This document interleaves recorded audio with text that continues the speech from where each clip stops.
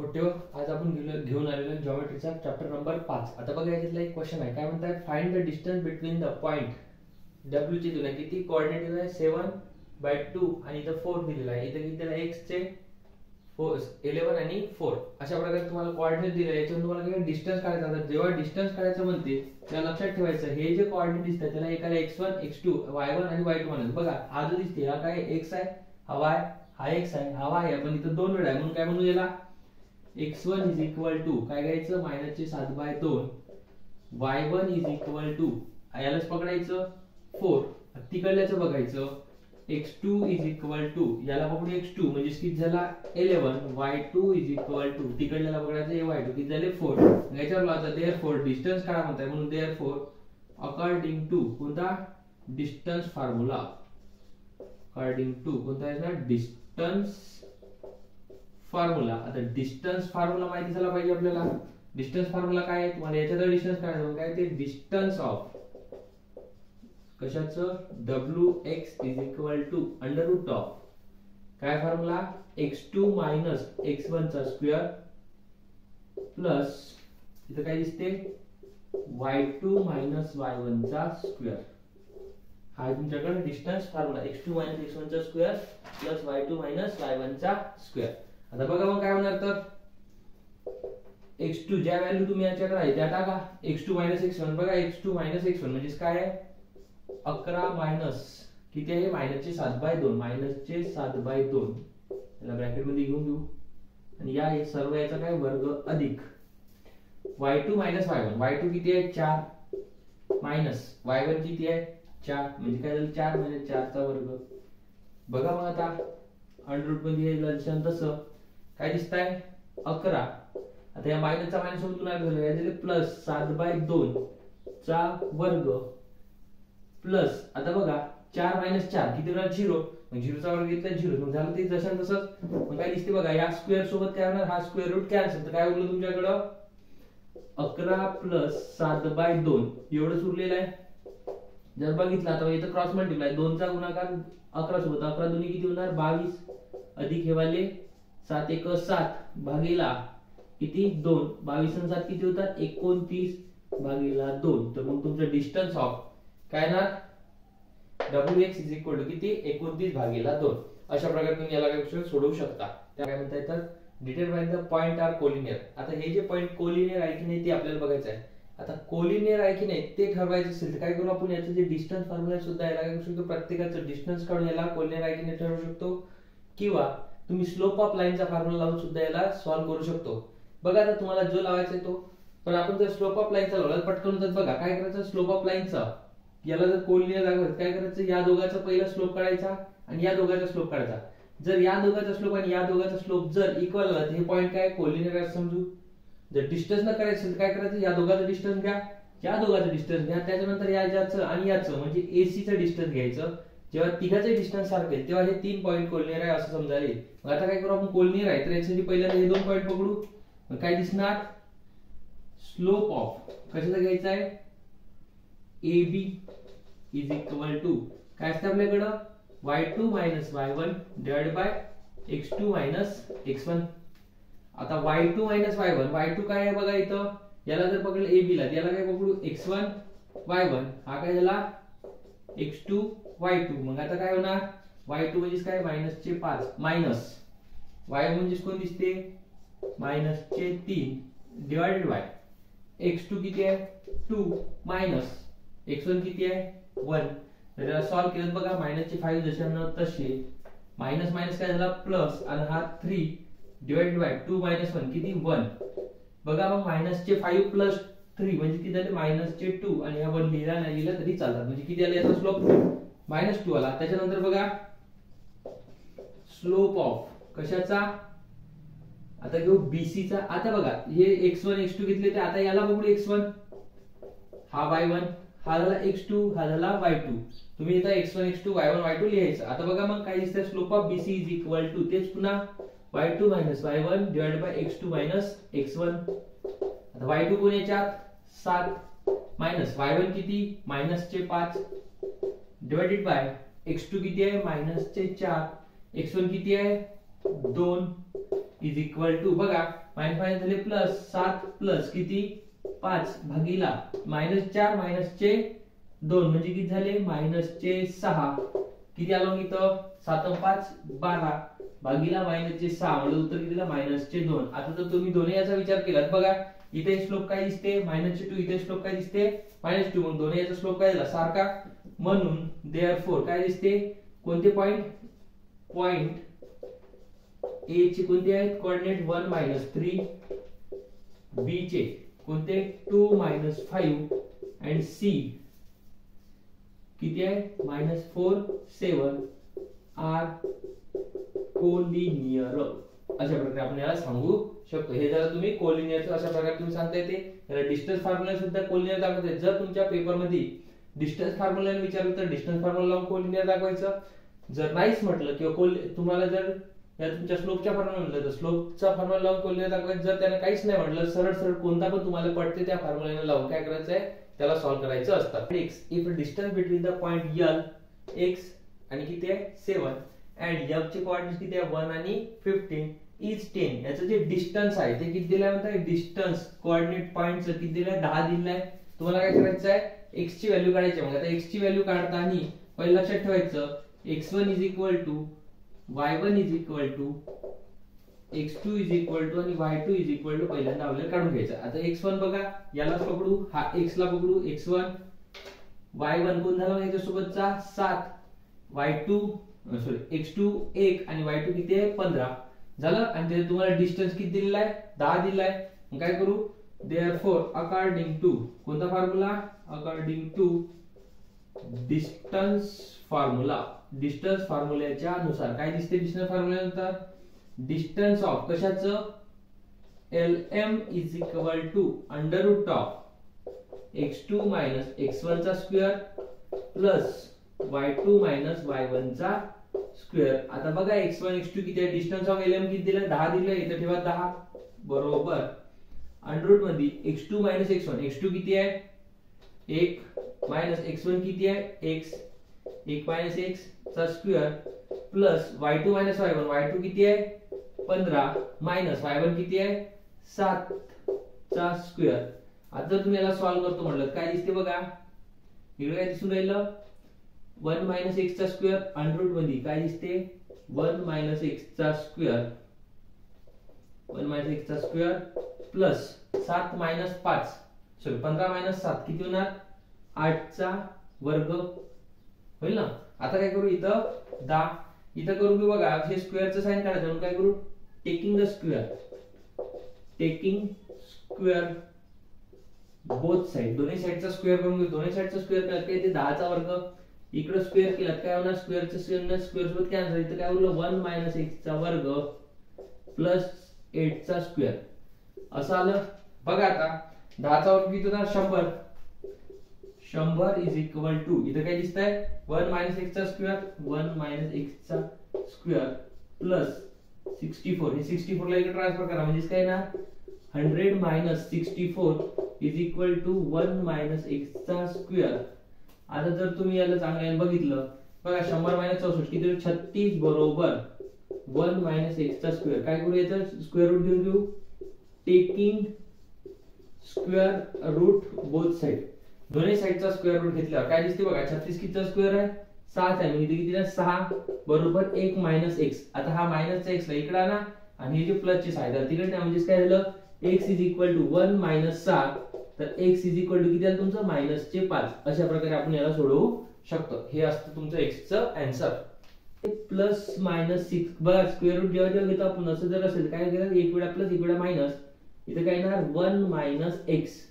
आता बघा मग काय झालं एक वेळा प्लस साइड एक वेळा मायनस साइड सोडवू म्हणजे काय होणार 1 - x आलं इथं. आता हा जो मायनसचा x आहे याला इकडे ट्रान्सफर करू इथे 6 आहे तिकडे ट्रान्सफर करू म्हणजे काय होणार x इज इक्वल टू हा 1 प्लस -6 झाला एक वेळा प्लस साइड एक वेळा मायनस साइड म्हणजे काय येणार x इज इक्वल टू 1 + 6 और x इज इक्वल टू 1 - 6 तर x इज इक्वल टू येणार 7 और x इज इक्वल टू किती -5. अशा प्रकारे तुम्ही याचं उत्तर काढू शकता.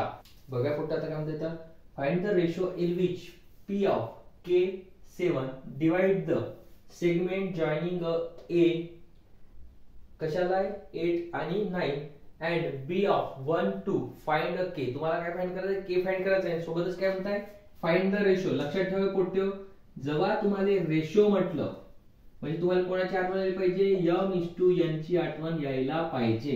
मग आता m/n ची जेव्हा तुम्हाला आठवण आली त्याच्यासोबत तुम्हाला एक फॉर्म्युला आठवला असेल. कोणता? Section formula. तो सेक्शन फॉर्म्युला आपल्याला याच्यावर लावायचा आहे. आता सेक्शन फॉर्म्युला लावताना एक लक्षात ठेवायचं, आता याच्यात कोणाला काय पकडायचं, तुम्हाला रेशो काढा म्हणताय म्हणजे m आणि n काढायचा आहे. मग आता ह्या ज्या व्हॅल्यू दिल्या ते कोणती कोणाची सर? मग आता ही जी व्हॅल्यू दिली असते हिला पकडू x1, ही जी दिली हिला पकडू y1, ही आहे तिला x2 आणि ही झाली y2. मग ह्या दोन व्हॅल्यू कशाच्या आहेत? तर ही व्हॅल्यू आहे तुमची कशाची x ची आणि ही कशाची असणार y ची. मग काय असणार देअरफॉर अकॉर्डिंग टू कोणता फॉर्म्युला? Section formula.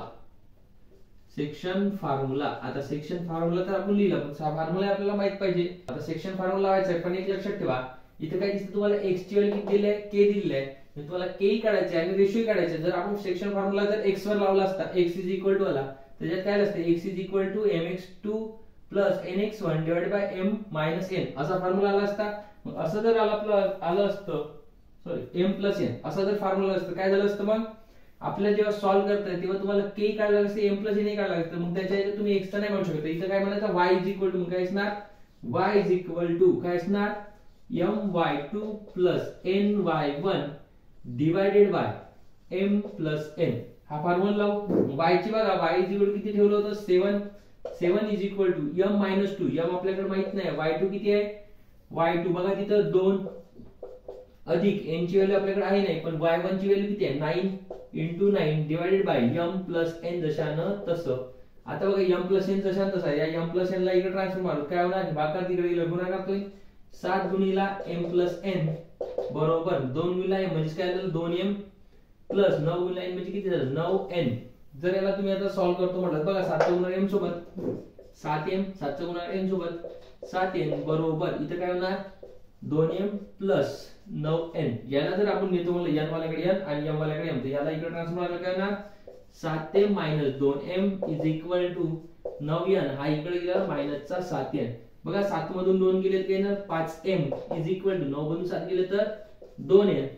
आता बघा m/n लागतात रेशो लागतात. ह्या n ला इकडे डिवाइड करू याला इकडे ट्रान्सफर करू म्हणजे काय हा इकडे गुणाकार करायचा इकडे गेल्यावर काय होणार भागाकारात. हा जशान तसा इकडे हा गुणाकार इकडे गेल्यावर हा भागाकार म्हणजे काय आला m/n इज इक्वल टू 2/5. म्हणजे काय झाला तुमचा जो रेशो आहे m/n इज इक्वल टू 2:5 आला. रेशो मिळाला. तुम्हाला काय फाइंड करा म्हणताय k फाइंड करा. मग आता k फाइंड करत काय करू therefore x is equal to आता ठेवू mx2 nx1 divided by m n. आता बघा x किती येणार आपल्याकडे k येते म्हणून इथे ठेवा k is equal to m ची व्हॅल्यू आपल्याकडे किती आहे 2 into x2 ची व्हॅल्यू किती आहे बघा 1 प्लस n ची व्हॅल्यू किती आहे आपल्याकडे 5 into x1 ची व्हॅल्यू किती आहे 8 डिवाइडेड बाय m n म्हणजे किती 2 प्लस 5. जर याला आपण सॉल्व्ह करतो म्हटलं काय दिसते 2 गुणिले 1 म्हणजे 2 अधिक 8 पंचे 40 भागीला किती आली इथं 5 आणि 2 7 म्हणजे किती झाले 42 भागीला 7 बरोबर 6. तर k इज इक्वल टू किती आलं 7. Therefore k is equal to किती 6. अशा प्रकारे आपण काय करू शकतो सॉल्व्ह करू शकतो. बघा इथे सोपी सुद्धा काही नव्हतं. यात काय होतं जिथं तुम्हाला रेशो काढा म्हटलं तिथं बरोबर कोणता लावायचा तुमचा हा सेक्शन फॉर्म्युला लागला पाहिजे. आता पहिलं y काढून घेतला तर बघा तुम्ही जर x घेतला असता तर k ची व्हॅल्यू काढायला लागली. k साठी तुम्हाला m आणि n चा रेशो पाहिजे होता. m आणि n चा रेशो आपल्याकडे नव्हता म्हणून पहिलं काय घेतला आपण y घेतला. जर रेशो डायरेक्टली देऊन राहिला तुम्ही काही टेन्शन घ्यायचं नाही. सरळ सरळ हवाला फॉर्म्युला त्यानंतर हे अप्लाय करून घ्यायचं तुमचं सॉल्व्ह होतं. ठीक आहे. आता काय म्हणतात तर the coordinate of mid point of a segment joining the point 22 20 and 06 काय फाइंड करायचं तुम्हाला find the coordinate of mid point. लक्षात ठेवा जेव्हा जसं म्हटलं तसं फॉर्म्युला तुम्हाला आठवलं पाहिजे. कोणता मिड पॉइंट. आता मग कोणता फॉर्म्युला आठवलं पाहिजे तुम्हाला मिड पॉइंट फॉर्म्युला काय म्हणताय सेगमेंट जॉइनिंग द पॉइंट 22 20 आणि 06 याच्यावर लावायचा आहे मिड पॉइंट फॉर्म्युला. आता मिड पॉइंट फॉर्म्युला लावताना लक्षात ठेवा याला पकडायचं x1 याला पकडायचं y1 याला पकडू x2 याला पकडू y2. मग काय करू देअरफॉर काय ना x1 इज इक्वल टू किती 22 y1 इज इक्वल टू किती आलं 20 x2 इज इक्वल टू किती 0 आणि y2 इज इक्वल टू किती आलं 6. मग काय असणार देअरफॉर अकॉर्डिंग टू कोणता मिड पॉइंट फॉर्म्युला. एवढं लक्षात ठेवायचं, जे गोष्ट इथं विचारली आहे तो फॉर्म्युला तुम्ही लावायचा. मिड पॉइंट फॉर्म्युला काय दिसते mid point formula x is equal to काय आपल्याकडं x1 plus x2 divided by 2. आता x1 प्लस x2, x1 किती आहे 22 प्लस x2 किती आहे 0 डिवाइड बाय 2 म्हणजे किती 22 भागीला 2 म्हणजे किती आलं x ची व्हॅल्यू 11. आणि y इज इक्वल टू काय दिसते आपल्याकडं y1 plus y2 divided by 2. आता y1 किती आहे बघा 20 अधिक y2 किती आपल्याकडं 6 डिवाइडेड बाय 2.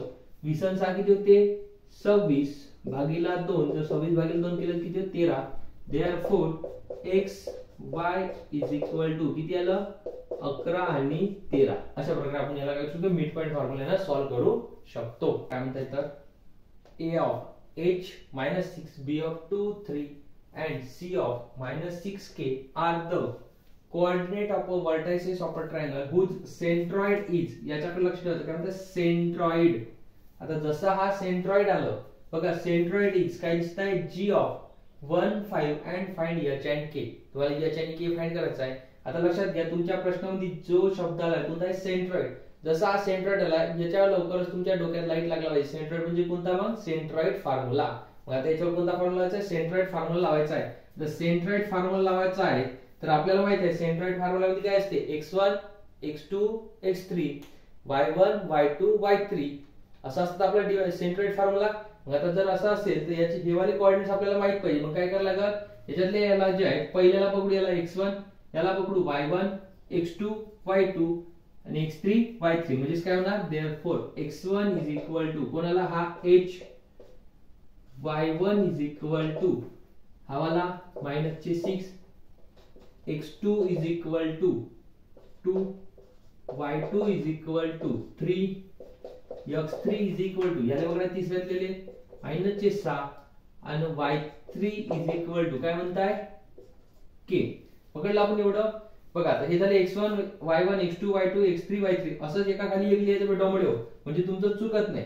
त्यानंतर are coordinates of the vertex of a triangle whose centroid is. आता सेंट्रॉइड इज काय म्हणताय सेंट्रॉइडचं माप दिलंय काय म्हणताय g ऑफ 1 आणि 5. तुम्हाला काय करायचं h आणि k काढायचं. आता h आणि k काढायचं सेंट्रॉइडचं माप दिलंय. सेंट्रॉइडचं माप दिलं काय लिहितो आपण x इज इक्वल टू पहिल्याला x पकडतो दुसऱ्याला काय पकडतो y की त्याला 1 आणि y इज इक्वल टू किती तुमच्याकडं 5. आता तुम्हाला काय करायचं आहे h आणि k ची व्हॅल्यू काढायची आहे. मग काय असणार therefore according to centroid formula कोणता आहे सेंट्रॉइड फॉर्म्युला. आता सेंट्रॉइड फॉर्म्युला काय आहे तुमच्याकडे हे माहित पाहिजे डोंबडे तुम्हाला. काय centroid formula x is equal to x1 plus x2 plus x3 divided by 3. आता बघा मग x ची व्हॅल्यू तुमच्याकडे किती आहे 1 आहे. 1 इज इक्वल टू x1 ची व्हॅल्यू किती h प्लस बघा बे आता तुम्हाला कसं वाटतं हे आता जवळ जवळ कसं बरोबर पटपट लिहिता येते. x2 इज इक्वल टू 2 याच्यासाठी आपण काय करायचं एका लाईनीत खाली खाली लिहायचे. x3 इज इक्वल टू किती आहे माइनस चे 6 भागीला 3. आता जर तुम्ही चांगल्याने पाहिले डोंबडे हो काय दिसते बघा हा 3 इकडे मल्टी डिवाइड मध्ये इकडे गेलं मल्टिप्लाय 3 1 3 बरोबर. इथं काय दिसते 2 मधून 6 गेले h तर जसा तसा 2 मधून 6 गेले काय केलं माइनस चे 4. मग काय आलं तुमच्याकडं देअरफॉर आता हा जो माइनसचा 4 आहे याला इकडे ट्रान्सफर करा म्हणजे काय होणार 3 माइनसचा इकडे प्लस चे 4 बरोबर h म्हणजे काय therefore h is equal to किती 7. h मिळाला. आता बघा दुसरा कोणता होता k काढायचा आहे. मग काय असते नाव k किंवा तुमचं काय असते y is equal to y1 plus y2 plus y3 divided by किती 3. आता बघा y चा किती आहे 5. मग 5 इज इक्वल टू y1 किती आहे असं 5 जा एका खाली एक माइनस चे 6 y2 किती आहे प्लस चे 3 आणि y3 किती आहे k डिवाइड बाय 3. आता बघा हा डिवाइड मध्ये हा इकडे गेला 5 3 15 बरोबर. आता माइनस चे 6 प्लस चे 3 किती आले तर माइनस चे 3 प्लस k. आता माइनस 3 इकडे आले काय होणार देअरफॉर 15 अधिक 3 बरोबर k. तर therefore k is equal to किती 18. अशा प्रकारे तुम्ही h आणि k ला काय करू शकता सॉल्व्ह करू शकता किंवा फाइंड करू शकता. बघा h किती आलं 7 आणि k इज इक्वल टू किती आले 18.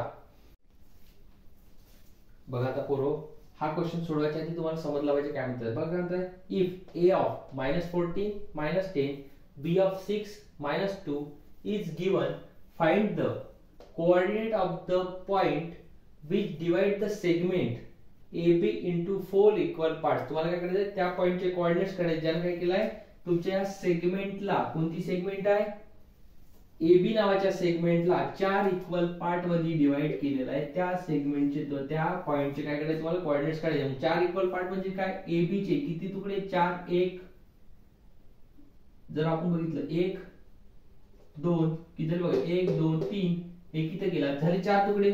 आता जर ही तुमची AB नावाची लाईन तिचे 4 तुकडे इथं पकडून टाकू P Q R. तर हे 3 पॉइंट जर तुम्ही त्याच्यावर घेतले त्याचे 4 तुकडे इक्वल होतात बघा 1 2 3 आणि 4 इक्वल तुकडे केले.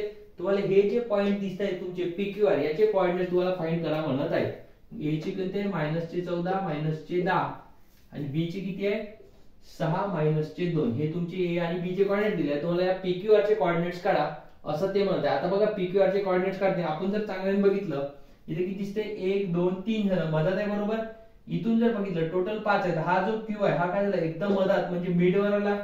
म्हणजे याच्यावर आपण काय लावू शकतो मिड पॉइंट फॉर्म्युला लावू शकतो. मग मिड पॉइंट फॉर्म्युला लावून आपण या Q चे कोऑर्डिनेट्स काढू शकतो. मग काय असणार बघा जर याच्यात पकडलं काय असणार देअरफॉर Q इज अ काय दिसतंय मिड पॉइंट ऑफ कशाचा सेगमेंट कशाचा AB सेगमेंट AB चा आहे. तर therefore according to mid point formula. आता मिड पॉइंट फॉर्म्युला काय म्हणते mid point formula x is equal to x1 plus x2 divided by 2. आता x1 कोणाला पकडायचं ज्याला x2 कोणाला पकडायचं ह्याला. मग काय असणार -14 प्लस x2 की म्हणजे किती आहे -14 आणि हा किती 6 भागीला किती 2. आता 14 मधून 6 गेल्यावर -8 भागीला 2 म्हणजे किती झालं इज इक्वल टू -4. याला x च दुसरं y इज इक्वल टू बघा आता या q चे कोऑर्डिनेट्स काढतो आपण. याचं एक किती आलं -4 आलं. आता दुसरा y कोऑर्डिनेट्स काढायचे काय दिसते पुन्हा तोच आपल्याकडं y2 प्लस y1 किंवा y1 plus y2 divided by किती y1 plus y2 divided by 2. आता y1 किती आहे बघा y1 किती -10 प्लस y2 किती आहे -2 -10 भागीला 2 तर किती येते 10 2 -12 डिवाइडेड बाय 2 किती केले तर किती येतं -6. म्हणजे तुमच्या पॉइंट Q चे जे कोऑर्डिनेट्स होते किती होते -4 आणि -6 असे दोन कोऑर्डिनेट्स आले. आता हे झाले तुमचे कशाचे Q पॉइंटचे. आता जर तुम्ही याच्यात पुन्हा बघितलं तर या बघा आता ह्या जर A पॉइंट पासून जर तुम्ही Q पर्यंत गेले या दोघांच्या मधोमध कोण आहे P आहे. त्याची आपण काय करू शकतो मिड पॉइंट फॉर्म्युला लावू शकतो. मग काय येते देअरफॉर नाव काय दिसतंय point P is a mid point of segment कोणती AQ. P जो आहे काय AQ चा मिड पॉइंट आहे. मग काय असणार therefore x is equal to इथं सुद्धा मिड पॉइंट फॉर्म्युला. आता याला x1 पकडू याला पकडू x2 याला पकडू y1 याला पकडू y2 म्हणजे काय होणार आता x1 म्हणजे कोण -14 प्लस x2 म्हणजे किती आहे -4 भागीला 2 किती येणार बघा -14. थोडस तुमच्या समजण्यासाठी करून घेतो.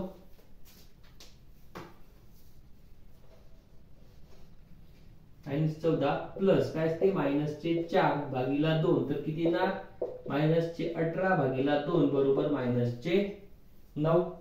त्यानंतर y इज इक्वल टू आता बघा y1 प्लस y2. आता y2 किती आहे -6 y1 किती आहे -10 प्लस -6 भागीला किती 2 -10 -6 किती -16 भागीला 2 म्हणजे किती आलं -4. अशा प्रकारे तुम्ही कसे काढू शकता P चे कोऑर्डिनेट्स निघले. कोणते निघले तुमचे -9 आणि -4 इथे निघले -9 -8. आता बघा सेम टू सेम तुम्ही अप्लाय करू शकता या R वर. जर तुम्ही येथून इकडे जात असाल क्यू पासून तिकडे बी कडे, तर बघा क्यू पासून बी कडे जर गेले तर याच्यात मदत कोण दिसते, आर दिसतंय, म्हणजे तिथे सुद्धा तुम्ही काय लावू शकता, मिड पॉईंट फॉर्म्युला लावू शकता. आता मग त्याच्यावर मिड पॉईंट फॉर्म्युला लावायचा आणि त्याला सुद्धा काय करायचं, सॉल्व्ह करायचं. तुम्हाला काय होणार, तीनही पॉइंटचे कोऑर्डिनेट्स मिळून जाईल. अशा प्रकारे आपण याला काय करू शकतो, सॉल्व्ह करता येईल. तर बघा मग त्याला आता याच्यात बघितलं तर कोण येते, कोण आहे मिड पॉइंट, मग ह्या सेगमेंट कोणत्या होता, क्यू आर होता. R is a mid point of segment कोणता, क्यू बी. क्यू बी चा जो मिड पॉइंट असेल तर काय असणार, therefore according to mid point formula x is equal to काय दिसते. आता बघा आता इकडे जाताना याला पकडू x1, याला पकडू y1, याला पकडू x2, याला पकडू y2. म्हणजे काय झालं, x1 प्लस x2. x1 कोण आहे -4, x2 कोण आहे 6. म्हणजे काय येणार -4 प्लस 6 भागीला 2. तर 4 मधून 6 गेले किती राहणार, 2 भागीला 2 किती आलं, 1. लक्षात ठेवायचं, चिन्ह बघत जायचं. इथं मायनस चिन्ह आहे, ठीक आहे, इथं प्लसचं चिन्ह आहे. 6 मोठे म्हणून किती आलं, प्लसचे 2. आता y इज इक्वल टू काय दिसते, y1 प्लस y2. आता y1 किती आहे, -6 प्लस y2 किती आहे, -2 भागीला किती राहते, 2 बरोबर -6 -2 किती आले, -8 भागीला 2 किती आले, -4. अशा प्रकारे तुम्ही या प्रत्येक पॉइंटचे कोऑर्डिनेट्स काढू शकता, सॉल्व्ह करू शकता. ठीक आहे.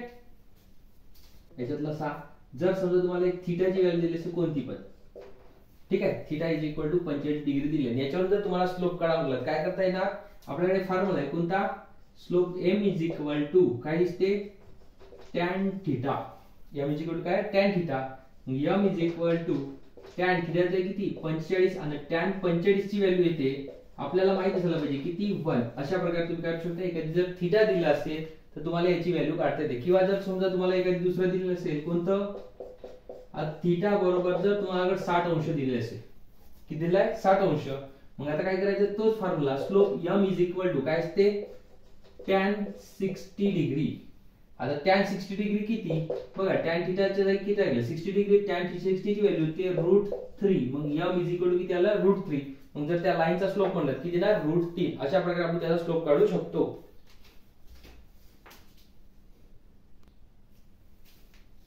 बघा कुठे काय म्हणते, तर find the slope of line passing through the point -2 -3 -6 -8. या पॉइंट मधून पास होणाऱ्या लाईनचा तुम्हाला स्लोप काढायचा. तर स्लोप काढताना आपल्याला माहित पाहिजे काय, x1 इज इक्वल टू याला पकडायचं x1 -2, y1 is equal to याला पकडू y -3 म्हणजे y1.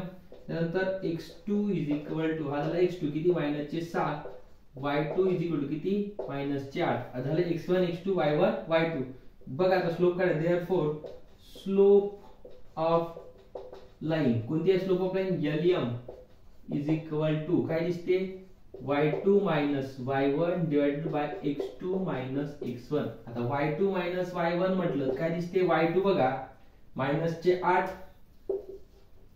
मायनस च चिन्ह हे परमनंट वाला -3 बघा -8 y2 -8 आहे, y1 किती आहे -3. हे मायनस चिन्ह permanent divided by x2 x1. x2 किती आहे -6 मायनस हा मायनस. आता x1 किती आहे -2. जर आपण चांगली जर कॅल्क्युलेशन असेल तर काय करता येईल बघा, -8 जशानं तसे मायनसचा मायनस सोबत गुणाकार काय होते, प्लस होते 3 भागीला -6 जशानं तसे मायनसचा मायनस सोबत गुणाकार प्लसचे 2 किती आलं मग 8 प्लस 3. बघा आता इथं मायनस चिन्ह दिसते, 1 प्लस 1 मायनस होते, तिथे वजाबाकी करायची, चिन्ह लिहायचं मोठ्या संख्येत. तिथे मोठी संख्या किती 8 आहे म्हणून किती आलं -5. इथे बघा तसं असतं किती ना -4. याचं उत्तर किती येणार 5/4. मग या लाईनचा जो स्लोप आहे तो किती येणार 5/4. अशा प्रकारे आपण याला काय करू सॉल्व्ह करू शकतो.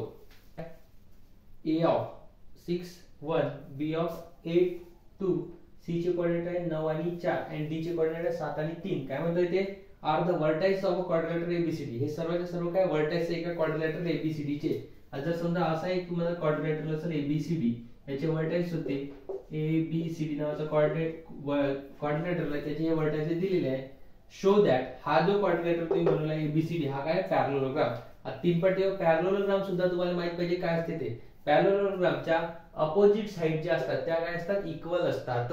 काय असतात अपोजिट साइड इक्वल असतात. मग ज्याच्या इक्वल असतात साइड जर इक्वल असेल त्याला पॅरलोग्राम म्हणू शकतो. मग आता काय करायचं, आता असं जर तुम्हाला दिले असेल तर सरळ सरळ या प्रत्येकाचा काय करायचा, स्लोप चेक करायचा. स्लोप चेक करताना लक्षात ठेवायचं, पहिल्यांदा या दोघांचा स्लोप घ्यायचा, नंतर या दोघांचा घ्यायचा, नंतर या दोघांचा घ्यायचा आणि शेवट याचा आणि याचा घ्यायचा आणि काय करायचं, स्लोप चेक करायचा. आता बघा मग देअरफोर काय असणार, स्लोप ऑफ लाईन कोणती, AB. आता डायरेक्ट कसं करायचं बघा, स्लोप ऑफ लाईन काय असते, y2 - y1 y1 divided by x2 - x1. आता बघा y2 कोणाला पकडा, या AB चा घेत आहोत, याला पकडू y2, हा झाला y1, म्हणजे काय आलं 2 - 1 x2 - x1 म्हणजे काय 8 मायनस किती 6, 2 मधून 1 गेला 1 आणि 8 मधून 6 गेले किती 2. याला इक्वेशन नंबर 1. त्याच्यानंतर बघा दुसरं, स्लोप ऑफ लाईन कोणती, त्याच्याजवळची BC इज इक्वल टू, आता BC इज इक्वल टू बघा तेच y2 - y1 x2 - x1. y2 कोणाला पकडू, तर BC आहे तर y2 या, y1 हा, x2 हा, x1 हा, म्हणजे काय झालं 4 - 2 आणि x2 किती आहे 9 मायनस x1 किती आहे 8, म्हणजे किती आलं 4 मधून 2 गेले तर 2, 1 मधून 9 मधून 8 गेले तर 1, म्हणजे किती आलं इथं 2. याला इक्वेशन नंबर 2. त्याच्यानंतर बघा तिसऱ्याचा स्लोप घ्यायचा, स्लोप ऑफ लाईन कोणती, BC झाला, आता CD. याचा स्लोप काय असणार, slope of line CD y2 - y1 x2 - x1. y2 कोण आहे मग, CD is equal to y2 होता 3 मायनस y1 किती आहे 4 डिवाइडेड बाय x2 किती आहे 7 मायनस x1 9. बघा 4 मायनस 3 मायनस 4 किती आहे, मायनसचा 1 आणि इथे किती 7 मायनस 9 मायनसचे 2 बरोबर किती आलं 1/2. याला इक्वेशन नंबर 3.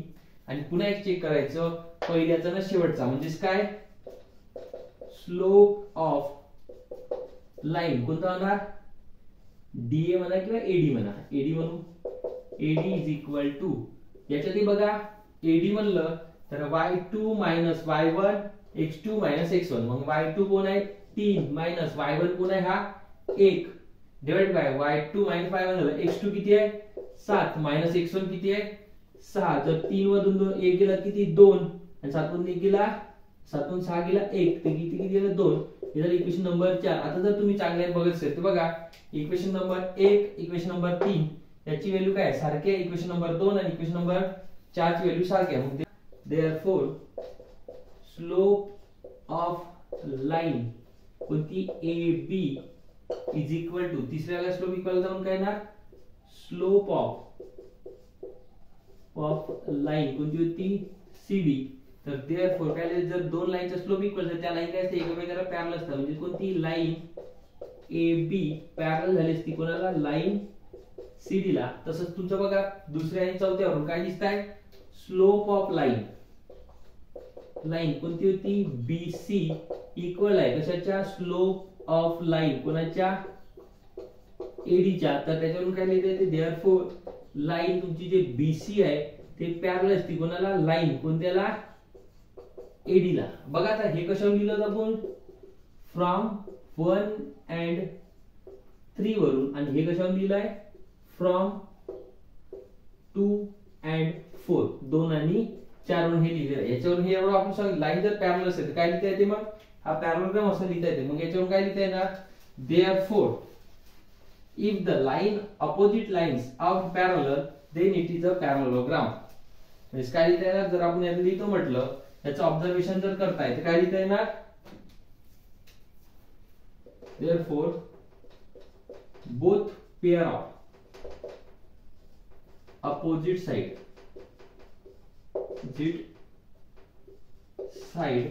are कसे आहे parallel hence जर ह्या पॅरलल असेल काय दिसते hence quadrilateral ABCD is a parallelogram. एवढे तुम्हाला तांब्याच्या करावं लागणार, म्हणजे एवढं तुम्हाला लिहावं लागेल. इथपर्यंत येऊन सोडायचं नाही, इथपर्यंत आला ढील नाही पडायचं. काय करा त्याला समोर सुद्धा लिहायचं, याचा जो स्लोप आहे तो इक्वल आला म्हणून लाईन पॅरलल झाली. मग दुसऱ्याचा स्लोप बघा दुसऱ्याचा आणि चौथ्याचा स्लोप इक्वल आला म्हणून लाईन पॅरलल झाली. त्याच्यानंतर काय लिहायचं दोन्ही लाईन पॅरलल झाल्या म्हणून काय असतात हे जे ABCD आहे हे काय असतं पॅरललोग्राम असतो.